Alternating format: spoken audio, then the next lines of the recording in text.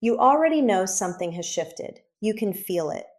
Deep inside that quiet place you retreated to when they broke you open and walked away like you were nothing, something has changed. Not in you, though you have changed. Something has changed in them. And somewhere beneath the exhaustion, beneath the grief, beneath the years of questioning your own sanity and wondering why someone who claimed to love you could treat you like a disposable object, somewhere beneath all of that, a part of you has been waiting for this moment. Not out of bitterness, not out of revenge, but out of something older and deeper and more certain than either of those things. You have been waiting because you always knew the truth. You always knew who they really were. And now, finally, the universe is catching up. This is not a coincidence that you are here right now. The person who is watching this video has survived something that most people cannot even comprehend from the outside. You were not just lied to, you were systematically dismantled. You were made to question your memories, your emotions, your worth, your perception of reality itself. You gave someone your trust, your vulnerability, the sacred interior of who you are, and they used it as ammunition. They turned your love into leverage. They turned your wounds into weapons. And when there was nothing left to extract from you, they discarded you like you had never mattered at all. And then, and this is the part that cuts the deepest, they moved on. They smiled. They charmed new people. They told a new story in which they were the victim and you were the villain. And you sat alone in the wreckage wondering how someone capable of that level of cruelty could seem so completely untouched. But here is what you need to understand before we go any further. Untouched is not the same as unaffected. Smiling is not the same as healed. Moving on is not the same as being free. And the universe does not send its invoices on a schedule that humans can track with their wounded eyes. If this is landing somewhere real inside you, if you feel that ache of recognition right now, then you are exactly where you are supposed to be. And I need you to do something before we go deeper into what I am about to show you. I need you to subscribe to this channel right now, not because of an algorithm, not because of numbers, but because what is shared here is not content. It is a lifeline. Every single day, people who have survived exactly what you survived come to this channel and find the language for what happened to them. They find the mirror they were denied. They find the truth that was stolen from them. When you subscribe, you are not just clicking a button. You are declaring to yourself that your healing matters. You are joining a community of people who are waking up, rising up, and reclaiming the power that was taken from them. So subscribe now, turn on notifications, and stay with me, because what I am about to tell you is going to change how you see everything. Now let us talk about what is actually happening. There is a law that operates beneath the surface of every human interaction. It does not care about charm. It does not bend for charisma. It cannot be manipulated with words or seduced with a performance. It is older than any court system, older than any religion, older than the very concept of justice itself. And it is extraordinarily patient. It has been working in silence since long before you knew to look for it. It has been building its case, cataloging every wound inflicted, every lie spoken, every soul diminished for sport. And at a certain point, a point that cannot be predicted or forced or rushed, it begins to deliver. The narcissist who betrayed you is not exempt from this law. No matter how invincible they appeared, no matter how easily they seemed to glide through life while you were rebuilding yourself from pieces, no matter how many new people fell for their charm or how convincingly they played the innocent, the law does not care about their performance. It only cares about what is real. And what is real has been accumulating inside them for longer than you know. Here is the first sign. Watch carefully because it does not announce itself loudly. They are losing the ability to maintain the mask. You have to understand what a narcissist's life actually is beneath the surface they project. It is not the confident, effortless existence it appears to be from the outside. It is an exhausting, relentless, all-consuming performance. Every single day, the narcissist wakes up and must construct a version of themselves to show the world. A version that covers the hollow, terrified, deeply fragmented reality underneath.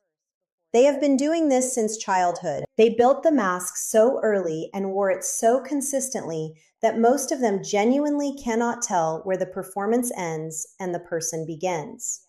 But the mask has a cost, and that cost compounds over time with brutal arithmetic.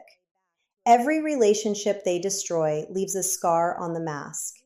Every person who eventually sees through them, every friend who quietly disappears, every partner who finally walks away, every colleague who slowly stops trusting them, each departure is a crack. Not a wound they process, not a grief they move through, a crack in the structural integrity of the false self they depend on for survival.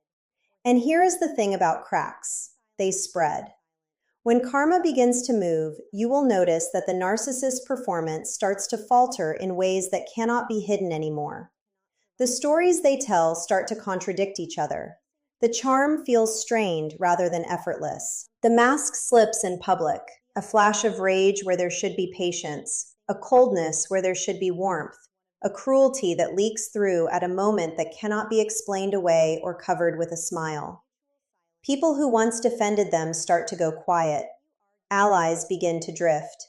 The social architecture they spent years constructing begins to develop visible fractures. You might not see this directly. You might hear about it secondhand through someone who knows someone. You might notice it in the strange desperation of a late-night message that arrives without warning after months of silence. You might sense it in the way they suddenly need to be visible, posting compulsively, performing publicly, overclaiming and over-explaining in ways that feel less like confidence and more like panic. Confidence does not need an audience at midnight. Confidence does not need to remind people how well it is doing. What you are watching when you see that behavior is not strength. It is the beginning of structural collapse. And here is the psychological truth that most people miss. The narcissist never actually processes the people they harm. They do not grieve relationships the way you do. They warehouse them. They archive them in a part of their psyche that they have spent their entire lives refusing to look at. But warehouses have weight limits. And after enough betrayals, enough destructions, enough discarded humans stacked on top of each other, the floor starts to give way. The past starts to leak. And the narcissist, who once moved through the world with such apparent ease, begins to feel hunted by a version of themselves they cannot outrun, no matter how fast they move, how many people they charm, or how confidently they smile. They are losing the mask, and the world is beginning to see what was underneath it all along.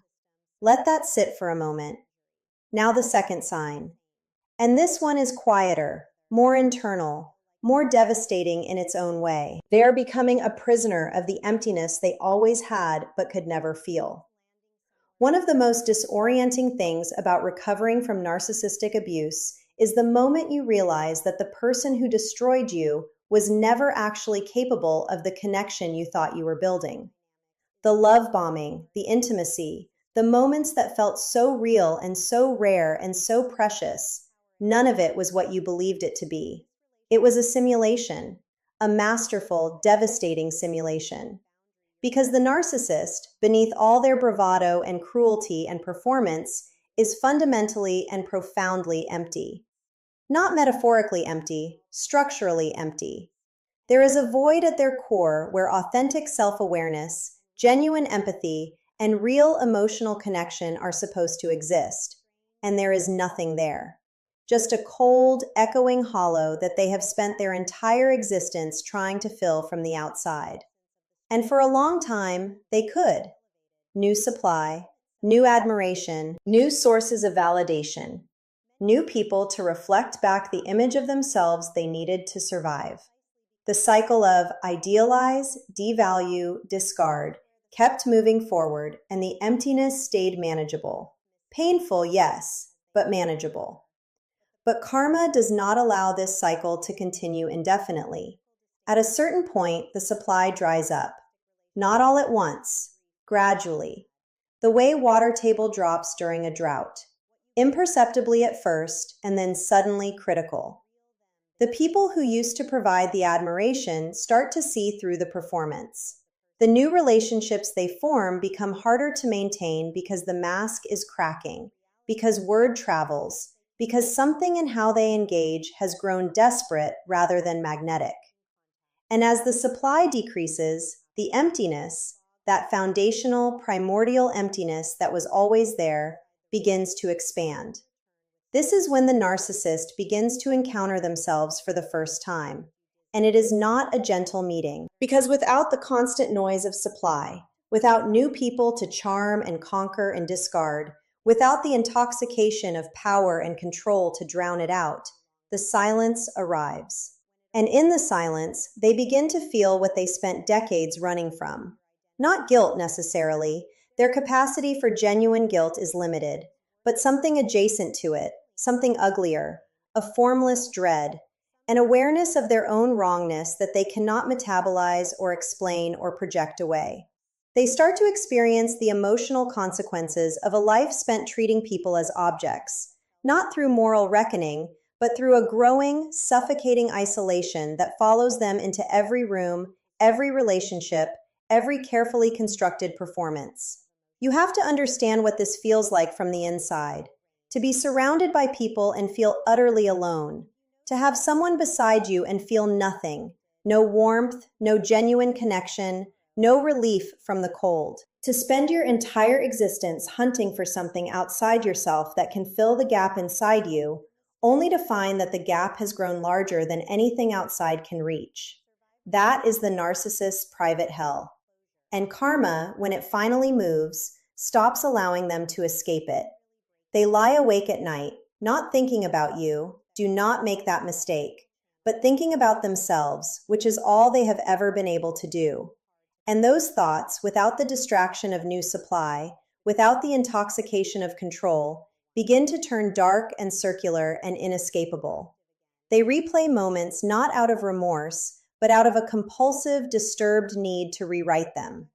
They revisit old wounds, not the ones they caused, but the ones they received, real or imagined, because blaming others is the only psychological mechanism they have ever developed. And that mechanism, once so effective, begins to fail them, because there is no one left to blame who is close enough to absorb it, because the circle has shrunk, because even the people who stayed out of obligation or fear or habit begin to feel the weight of who they are and start pulling back.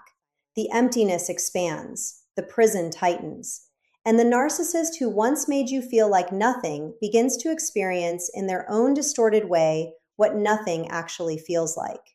You survived that emptiness when they projected it onto you. They are only beginning to survive it now. And unlike you, they have no real emotional tools with which to do it. Do you feel that? That is not cruelty. That is not revenge. That is the universe maintaining its own arithmetic. Stay here with me because the third sign is the one that most people never talk about. The one that operates so far beneath the surface that only those who have studied the psychology of this kind of person can see it clearly. But once you see it, you cannot unsee it. They are haunted by you. Not in the way love haunts someone, not with warmth, with something that frightens them. This sounds counterintuitive, I know. The narcissist discarded you. They moved on without apparent remorse. They replaced you, possibly within days. They told a story in which you were the problem. They acted as though you had never mattered. And here you are, still healing, still working through the wreckage, still having days where the grief rises up and surprises you with its sharpness. How could they possibly be haunted by you? Because you did something that almost no one in their lives ever does. You saw them.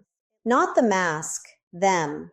In the intimacy of the relationship, in those moments of vulnerability that even narcissists cannot entirely prevent, you witness something real beneath the performance, and you remember it. And somewhere in the architecture of their psychology, they know you remember it.